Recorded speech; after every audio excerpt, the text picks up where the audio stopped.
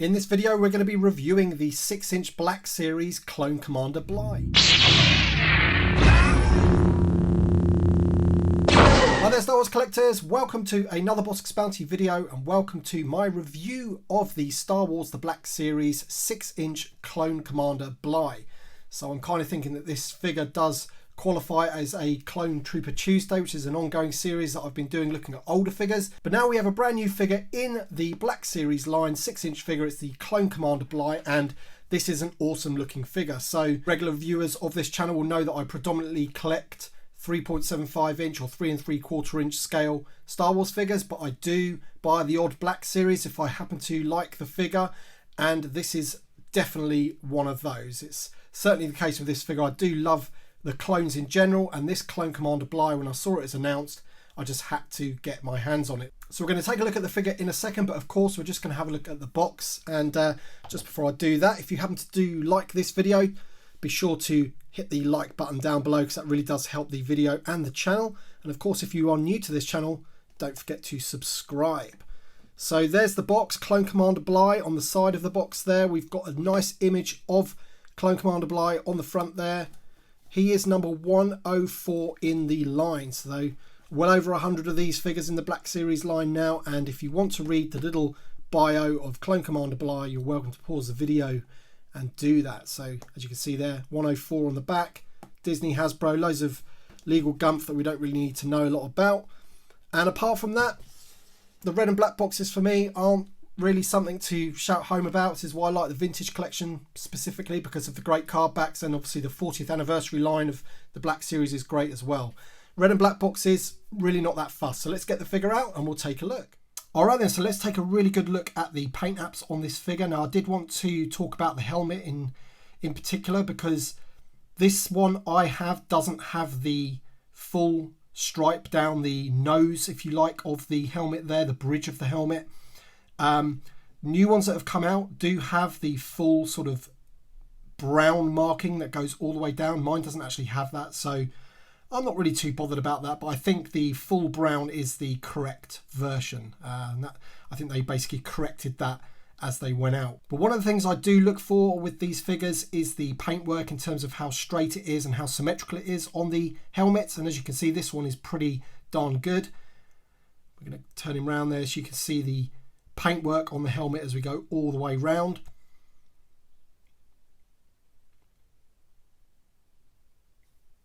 Not too sure what's going on there, but it doesn't look too bad. I think that might just be the design. Obviously the brown there is all a bit crooked and everything, but it's supposed to be like that. It's got some nice battle damage around the vents of his mask there, which is very nice. And on the whole, just looks an awesome figure. Moving down the figure, you can see he has this pauldron, which I would imagine if you were to take the head off, you'd probably be able to take off. It is a separate piece of plastic, and that's got some great weathering on the shoulder pads there. You can see it's like a two-tone brown. Very, very nice indeed. There's also some brown paintwork here on the pockets of the pouches there, on his sort of belt there that he has. And as we work our way down the figure, you can see he does have this soft goods skirt, which I always do like on figures when they do that. Very nice indeed. And he does have the belt, and again, this is like a separate mold for the belt. I couldn't really see a clip on there whether you could take it off or not, but I think if you were to take it off, the figure wouldn't look so great anyway. But very nice indeed, with the two holsters obviously for these two pistols that he's got here. And as we move down on the figure, you can see more battle damage on his legs. He does have that mustard yellow on the top of his legs with the white going down, but he has this nice brown stripe all the way down the center. And he does have the two yellow stripes on his feet with loads of muddy weathering going on his boots, which is great. One thing I always find with figures, and even in the Black Series, as detailed as they are, is they often forget to weather the back of the figure. So as you can see here, he's completely bright white. And on the yellow, no weathering whatsoever, or on his back, or on the back of his shoulders there. It's all just on the front. And as you can see there. So that's just one little complaint that I do have with these figures, that they don't pay attention to the back of the figure. But obviously, for the most part, you're going to be sort of displaying him from the front anyway. So it's not a major worry in that respect. One thing I did want to talk about in terms of the articulation is how the arms, if you look how far we've managed to get the arms up like that, which really does help in getting him to that particular pose there where he can hold the pistols like that, which is awesome. This hand here is a little bit different to this hand in terms of this hand actually does have the trigger finger. So if you're going to use the rifle, it would fit nicely in that hand. Unfortunately, this hand is more designed to hold the sort of barrel of this weapon, and therefore the other pistol doesn't really fit well in that hand. As you can see there, he hasn't got the trigger finger, and I felt that was a little bit difficult to get in, and once it is in there, it's a little bit loose and doesn't fit as snug as that one. So that's a little bit disappointing. Obviously, I guess to fix that you would need an alternate hand in the box.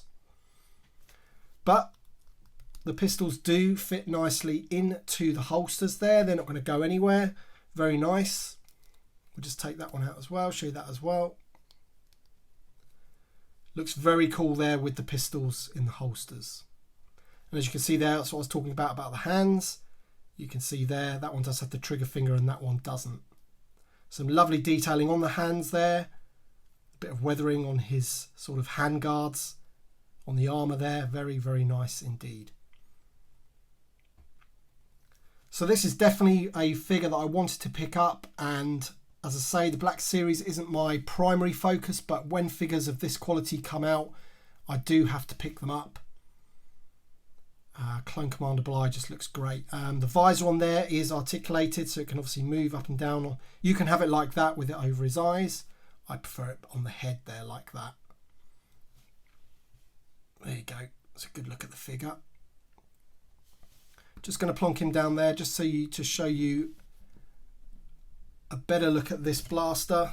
So that is quite a decent blaster there. Again, if I was going to be picky, it's just one piece of black plastic. There's no weathering or detailing or silver bits on there whatsoever. It could have been dry brushed at least, I think, but still a nice looking sculpt anyway.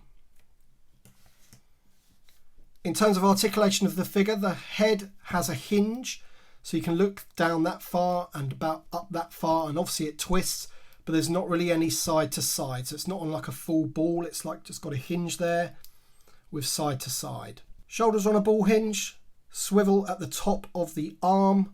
You've got a ball hinge or double ball hinge on the arms there, which allows him to get his arm so far.